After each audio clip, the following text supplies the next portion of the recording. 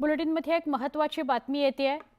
कुर्ला बस अपघात प्रकरणातल्या मृतांच्या नातेवाईकांना मदत जाहीर करण्यात आलेली आहे. सरकारतर्फे मदत जाहीर करण्यात आली आहे.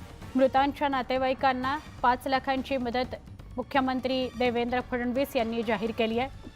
आत्ताच ही मोठी बातमी येते. 7 जणांचा मृत्यू झालेला आहे, 33 जण जखमी आहेत. त्यातल्या 1-2 प्रकृती अतिगंभीर आहे असं कळतंय. पण मृतांच्या नातेवाईकांना 5 लाखांची मदत सरकारतर्फे दिली जाणार आहे. मुख्यमंत्री देवेंद्र फडणवीस यांनी या संदर्भातली घोषणा केली आहे. त्यांनी केलेलं ट्विट बघूया. कुर्ला इथं बसच्या अपघातात काही लोकांचा मृत्यू झालाय, त्याबद्दल तीव्र दुःख व्यक्त करत देवेंद्र फडणवीस यांनी भावपूर्ण श्रद्धांजली अर्पण केलेली आहे. त्यांच्या कुटुंबियांच्या दुःखात आम्ही सहभागी आहोत. तसंच जखमींच्या प्रकृतीत लवकर सुधारणा व्हावी यासाठी मी प्रार्थना करतो. या घटनेतील मृतांच्या वारसांना मुख्यमंत्री सहाय्यता निधीतून 5 लाख रुपये प्रत्येकी आर्थिक मदत देण्यात येईल असंही त्यांनी सांगितलं आहे.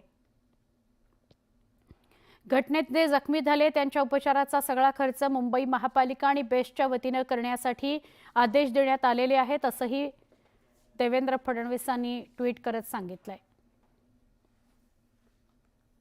अजून एक महत्त्वाची बातमी आहे. बांगलादेशात हिंदूंवर होत असलेल्या अत्याचाराच्या विरोधात हिंदू जनजागरण समितीतर्फे छत्रपती संभाजीनगरच्या जिल्हाधिकारी कार्यालयासमोर आंदोलन करण्यात आलं. यावेळी महंत रामगिरी महाराज हे मार्गदर्शन करतायत. दुसरीकडे रामगिरी महाराज यांनी आजच्या आंदोलनात कोणतंही वादग्रस्त वक्तव्य करू नये याकरता मुस्लिम संघटनांनी पोलिसांना निवेदन दिलेलं आहे. या आंदोलनाच्या पार्श्वभूमीवर पोलिसांचा मोठा बंदोबस्त या परिसरात ठेवण्यात आलेला आहे. आमचे प्रतिनिधी सिद्धार्थ गोदाम यांच्याशी अधिक बोलूया. सिद्धार्थ, काय अधिक माहिती? निश्चितपणे जो काय बांगलादेशातील हिंदूंवर अत्याचार होतो त्याच्या विरोधात तीव्र भावना या ठिकाणी आहेत.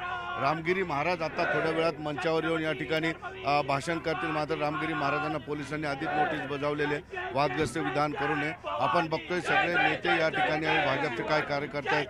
अतुल सावे सुद्धा या ठिकाणी आलेले आहेत. त्यांची भावना आपण समजून घेऊया. दादा काय म्हणाल? एकंदरीतच काय भावना?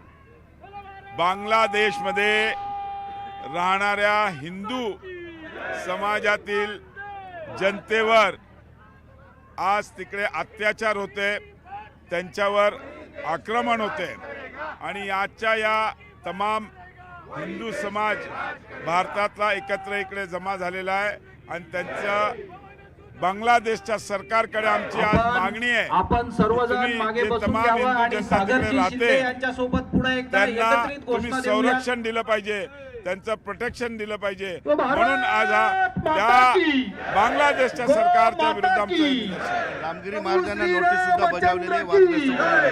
रामगिरी महाराज येणार आणि बांगलादेशच्या तमाम हिंदूंच्या संरक्षणाचं शिवाजी महाराज आपण बघतो या ठिकाणी राजेंद्र जंजाळ सुद्धा आलेले आयोजक आहेत या सभेचे.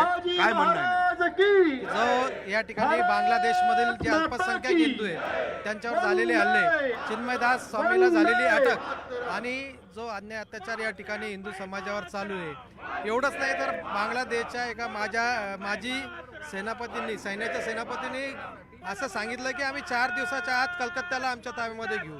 ही जी भावना त्यांची, त्याचा निषेध कुठेतरी झाला पाहिजे आणि बांगलादेशमध्ये राहणाऱ्या अल्पसंख्याक झालेल्या हिंदूंना या ठिकाणी न्याय मिळाला पाहिजे. आणि ही जी सगळी आक्रमकता ही लोक त्या संयुक्त राष्ट्र परिषदेपर्यंत पोहोचली पाहिजे, त्यासाठी आजचं हे आंदोलन आयोजित करण्यात. आंदोलन संजय केनेकर आहे, शिरीष बोराळकर आहेत या ठिकाणी. काय म्हणणं आहे दादा नेमकं? बांगलादेशामध्ये जो अत्याचार चाललेला आहे त्याची सीमा गाठली गेलेली आहे आणि त्यामुळं हा जो मोर्चा आहे, प्रचंड मोर्चा, देशामध्ये जागोजागी हा मोर्चा निघतोय आणि हा फक्त इशारा आहे. आम्ही विनंती केली पंतप्रधानाला की शांती सेना पाठवून आपल्या हिंदूंचं रक्षण झालं पाहिजे.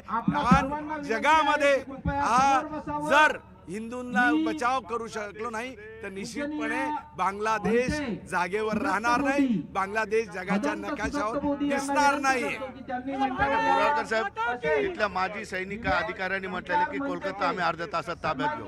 नाही, हे अगदी खरं आहे. ज्या प्रकारे बांगलादेशमध्ये हिंदूंचा, बौद्ध समाजाचा, अल्पसंख्याकाचा जो अत्याचार, अन्याय होतोय, मंदिरं तोडली जात आहेत, याच्यावर जर ताबडतोब जर हे थांबवलं गेलं नाही तर आमची सगळ्यांची विनंती आहे माननीय मोदी साहेबांना ताबडतोब त्या बांगलादेशवर हल्ला करून हिंदूचं रक्षण केलं पाहिजे. निश्चितपणे बघितलं आपण भावना या ठिकाणी. निश्चित आता रामगिरी महाराज थोड्याच वेळात या ठिकाणी या समुदायाला सुद्धा संबोधित करतात आणि महाराज काय बोलतील याकडे सुद्धा लक्ष असणार. आज या ठिकाणी आपण सर्व हिंदू बांधव बौद्ध सिद्धार्थ, बांधव, धन्यवाद तू माहिती दिल्याबद्दल. संभाजीनगर मधली दृश्य आपण बघतो आहोत. रामगिरी महाराजांना भाषण करताना कुठलाही अनुचित शब्द वापरू नका, हिंसक काही शब्द उच्चारू नका असं सांगण्यात आलेलं आहे. आता रामगिरी महाराज येऊन काय भाषण करतात हे बघणं महत्त्वाचं आहे.